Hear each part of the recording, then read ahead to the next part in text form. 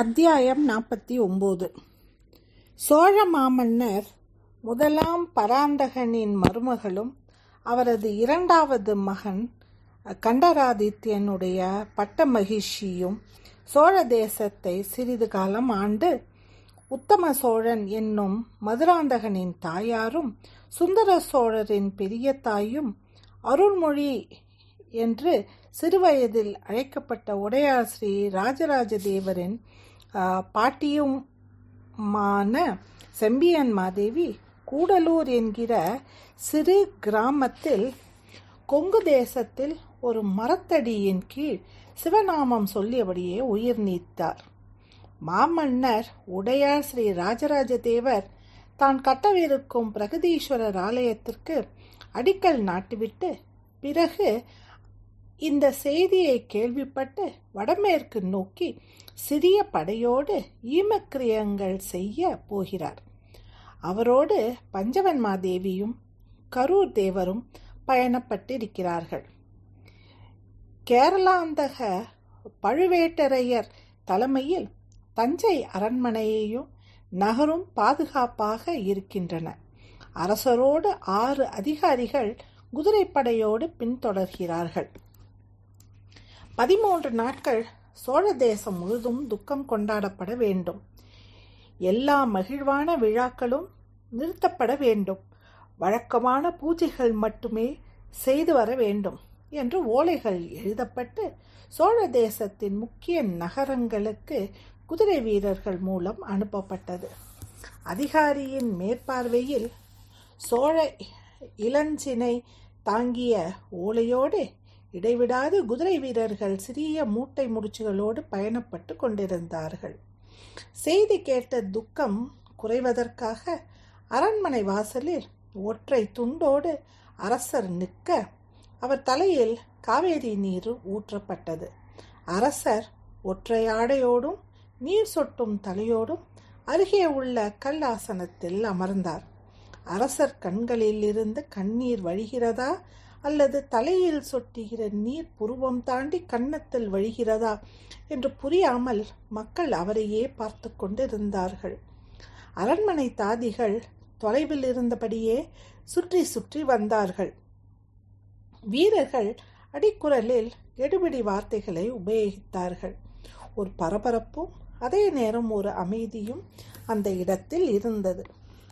மாமன்னர் உடையார் ஸ்ரீ ராஜராஜ தேவர் செம்பியன் மாதேவியின் முதல் சந்தித்தது எங்கே என்று நினைவுக்கு கொண்டு வர பிரயத்தனப்பட்டு கொண்டிருந்தார்.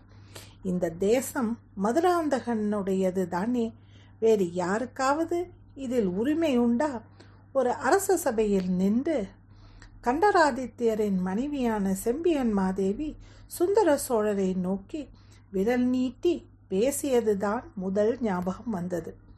சபையில் சலசலப்பு ஏற்பட கைத்தட்டி செம்பியன் மாதேவியே அமைதியாக்கினார்.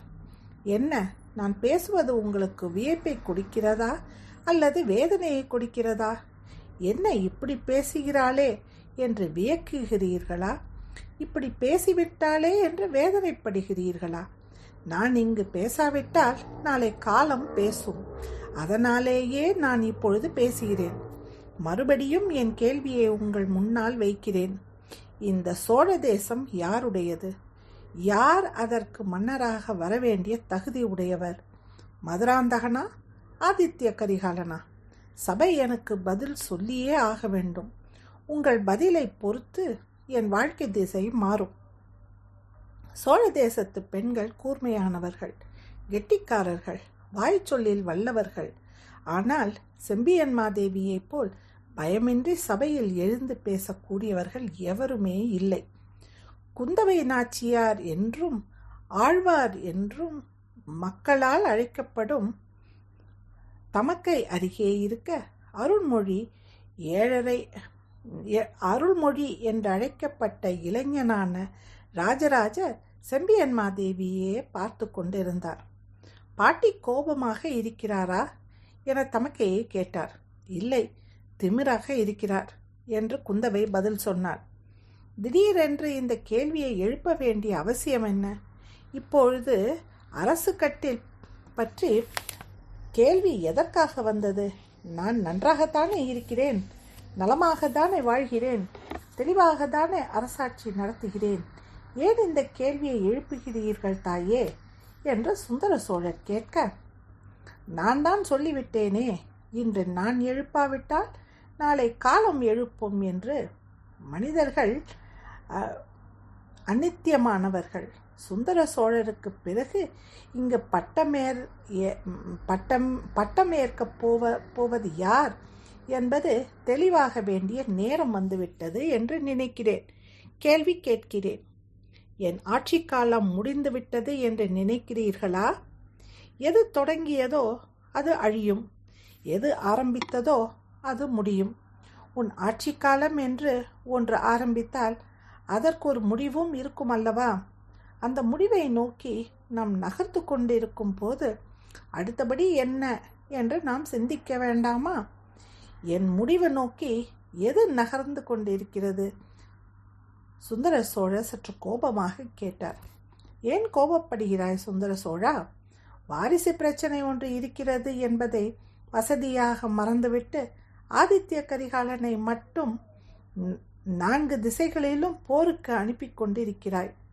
ஆதித்ய கரிகாலன் ஒவ்வொரு முறையும் ஒவ்வொரு இடத்திலும் வெற்றி வாகை சூடிக்கொண்டு ஊருக்கு வந்து மாலை சூட்டி கொண்டு இருக்கிறான்.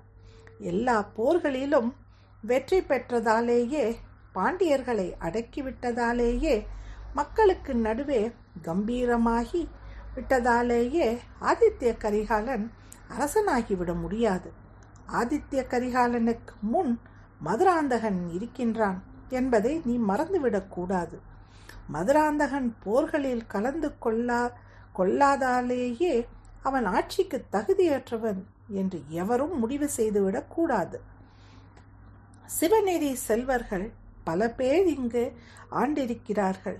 மதுராந்தகனின் தந்தை கண்டராதித்யரை விட ஒரு சிவநெறி செல்வர் இங்கு உண்டா?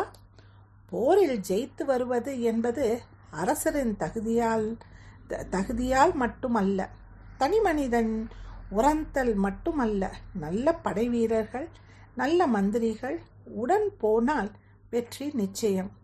அது ஆதித்ய கரிகாலன் போனாலும் சரி, மதுராந்தகன் போனாலும் சரி, இனி இளைஞனாக இருக்கிற அருண்மொழி போனாலும் சரி. சோழர்களின் வெற்றி மாலை என்பது சோழ வீரர்களின் கையில் இருக்கிறது. தளபதிகளின் திறமையிலும் இருக்கிறது. எனவே தளபதிகளின் திறமையெல்லாம் ஆதித்ய கரிகாலனின் தலையில் ஏற்றி அவனே அரசன் என்று வேறு யாரேனும் முடிவு செய்து விடலாம். நீ செய்துவிடலாகாது என்பதற்காகத்தான் இந்த சபையிலேயே எழுந்து நின்று பேசுகிறேன். தாயே, நீங்கள் அவசரப்படுகிறீர்கள். கிருஷ்ணன் ராமனான பிரம்மராயர் எழுந்து நின்று சமாதானப்படுத்தினார். நீங்கள் அவசரப்படுகிறீர்கள் என்று நான் நினைக்கிறேன். ஆதித்ய கரிகாலனை இளவரசன் என்று அறிவிக்க வேண்டுமென்று உங்களுக்குள் பேசிக்கொண்டதாக எனக்கு செய்தி வந்தது. அது உண்மையெனில் உடனடியாக அதை தடுத்து நிறுத்த வேண்டுமென்ற எண்ணத்தோடுதான் இப்பொழுது நான் பேசுகிறேன். கேரளாந்தக பழுவேட்டரையர் தன் ஆசனத்திலிருந்து எழுந்தார். செம்பியன்மாதேவியை நோக்கி நடந்தார். சோழ தேசத்திற்கு எதிரிகள் அதிகம் இருக்கிறார்கள் தாயே. சமீபத்திய வெற்றிகளால் நாம் எதுவும் அடைந்து விடவில்லை. மாறாய் அதிகம் எதிரிகளை சம்பாதித்து கொண்டிருக்கின்றோம். எந்த நேரமும் எந்த இடத்திலும் தாக்கப்படலாம் என்கிற பதட்டமான நிலைதான் இப்பொழுது இருக்கிறது. சோழ தேசத்தின் வளர்ச்சிக்கு தளபதிகள் மட்டும் இருந்தால் போதாது. மிக மிக திறமையான ஒரு அரசர் தேவை. பழுவேட்டரையர் தொடர்ந்தார். ஒரு தேசம் தளபதிகளால் நடத்தப்படுவதில்லை. தளபதிகள் செயலாற்றுகிறார்கள். என்ன செய்ய வேண்டும், எப்போது செய்ய வேண்டும், எப்படி செய்ய வேண்டும் என்பதை ஒரு அரசர் தீர்மானிக்க வேண்டும். அந்த அரசர்தான் தன் தீர்மானத்திற்கு முன்பு அவையினரோடு கலந்து பேசுவது வழக்கம். ஆனாலும் முழு முதற் பொறுப்பும் அரசருக்கே சேருகின்றன. எனவே சோழ சிம்மாசனத்தை அலங்கரிக்கப் போகிறவர் அறிவுள்ளவராகவும் ஆற்றல் உள்ளவராகவும் அதிர்ஷ்டம் உள்ளவராகவும் இருக்க வேண்டும். என் மகனுக்கு இவை எதுவும் இல்லை என்று நினைக்கிறீர்களா விழுப்பரையரே? அவன் போருக்கு போகாததை வைத்து ஆட்சிக்கு லாயக்கில்லாதவன் என்று முடிவு கட்டிவிட்டீர்களா? தாயே, நான் மதுராந்தகனை பற்றி நெல்முளை அளவும் இழிவாக நினைக்கவில்லை. நீங்களாக பேசி நான் எதுவோ பேசி நான் ஏதோ சொன்னதாக சபைக்கு நடுவே கற்பிதம் செய்துவிட வேண்டாம். யார் ஆட்சிக்கு தகுதியானவர் என்று ஒரு பேச்சு வரலாம் அல்லவா? மக்களால் எடை போடப்படுவார்கள் அல்லவா? எடை போடுவது மக்களா அல்லது தளபதியான நீங்களா? அம்மா, நீங்கள் ஏவல் தொழில் செய்பவர்கள் இல்லை. சோழ தேசத்தின் தலையெழுத்தை நீங்கள்தான் மாற்றி அமைக்கிறீர்கள் என்று எனக்கு நன்றாக தெரியும். இங்கு உட்கார்ந்திருக்கிற பிரம்மராயரும் 6 பெருத்த அதிகாரிகளும் சோழ தேசத்தின் தலையெழுத்தை எழுதி கொண்டிருக்கிறார்கள். சுந்தர சோழர் உட்காரவும் நிற்கவும் நகரவும் நீங்கள்தான் கட்டளையிடுகிறீர்கள். இதுவும் எனக்கு தெரியும். குந்தவை திரும்பி அருண்மொழியை பார்த்தாள். அருண்மொழி குந்தவையை என்ன என்று விசாரித்தார். பெரிய பாட்டி பேச்சை முட்டாள்தனம் என்று நாம் ஒதுக்கிவிடலாகாது. சில உண்மைகள் வெளிவந்து கொண்டிருக்கின்றன. உற்று கவனி.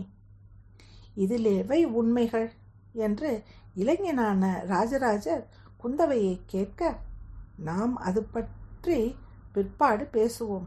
சகலமும் ஞாபகம் வைத்துக்கொள் என்று காதோறும் கிசுகிசுத்தாள். இது என்ன அப்பட்டமான பழி? நான் என்ன தலையெழுத்து எழுதுகிற பிரம்மனா? நான் இங்கே ஒரு சாதாரணமான சேனாதிபதி. எனக்கு சில சேவர்கள், ஒரு ஒற்றற்படை, இவ்வளவுதான் வைத்திருக்கிறேன். சோழ தேசத்தின் நலன் தவிர வேறு எதுவும் எந்த நாளும் நான் சிந்தித்ததே இல்லை என்பதை நீங்கள் தயவு செய்து உணர வேண்டும். சோழ தேசத்தின் நலன் என்பது உங்கள் கையில் தானே இருக்கிறது பிரம்மராயரே. ஏனம்மா திரும்ப திரும்ப அடாது பேசுகிறீர்கள்? நான் உங்களுக்கு என்ன தீமை செய்தேன்? மதுராந்தகர் அரசராக வரக்கூடாது என்று நான் ஒரு நாளும் நினைத்ததில்லை. இதை முடிவு செய்ய வேண்டியவர் ஒருவரே. அவர் அரசர், மாமன்னர் சுந்தர சோழர்.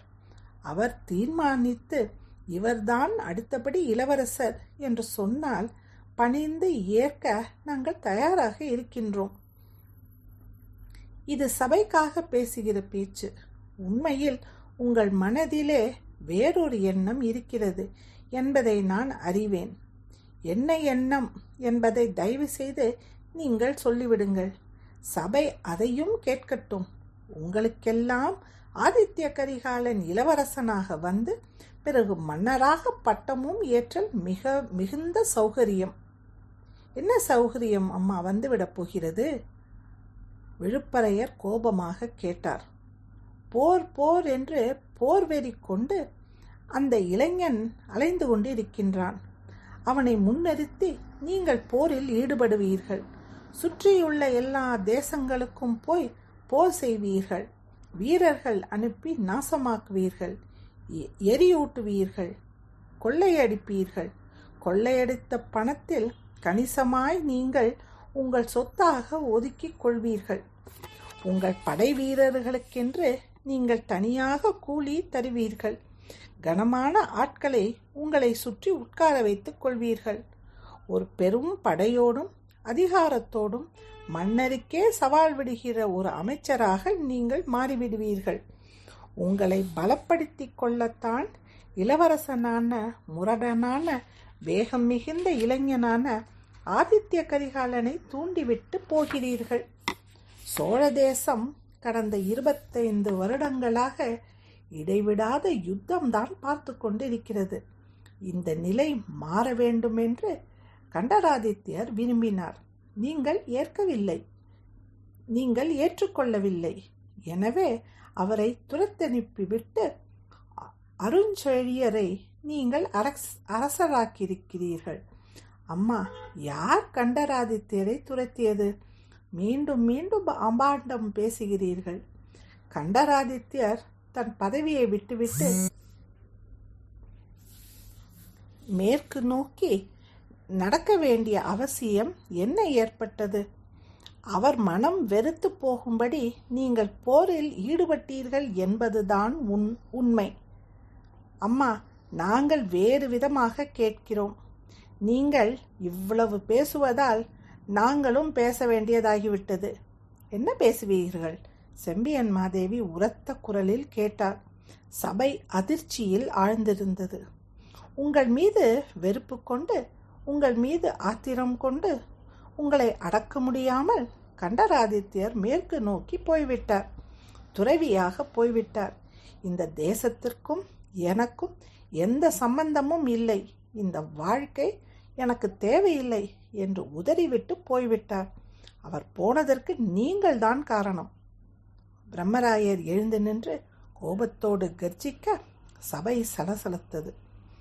தமக்கை குந்தவையின் உடம்பு நடுங்குவதை அருண்மொழி உணர்ந்தார்.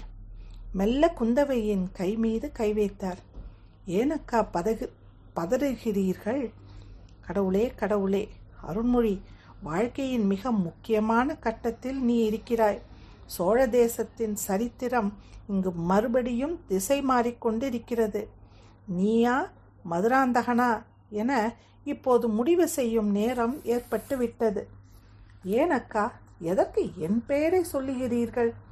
மதுராந்தகரா ஆதித்ய கரிகாலரா என்பதுதானே? இல்லை, ஆதித்ய கரிகாலன் இல்லை என்று குடந்தை ஜோசியர் சொல்லியிருக்கிறார். ஏனக்கா திடீரென்று நீங்கள் ஏதோ ஒரு கல்லை தூக்கி போடுகிறீர்கள்?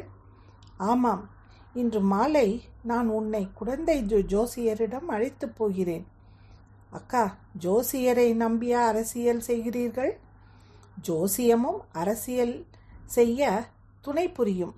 அவ்விதமாகவும் யோசித்து பார்ப்பதில் தவறு எதுவும் வந்துவிடாது. ஆதித்ய கரிகாலனுக்கு பிறகு நீதான். ஆதித்ய கரிகாலனுக்கு பிறகு என்றால் எப்படி? அவர் இளையவர்தானே, இளைஞர்தானே? இல்லை, ஆதித்ய கரிகாலன் ஆயுசு பற்றி குடந்தை ஜோசியர் அச்சத்துடன் பேசியிருக்கிறார். அக்கா, தயவு செய்து இப்படி பேசாதீர்கள். அண்ணாவுக்கு ஒரு தீங்கெனில் என்னால் பொறுத்து கொள்ள முடியாது. அருள்மொழி, நீ பொறுத்து கொள்ள வேண்டிய பல கொடுமைகள் இன்னும் வர இருக்கின்றன. எனவே அமைதியாக இருக்க பழகிக்கொள்.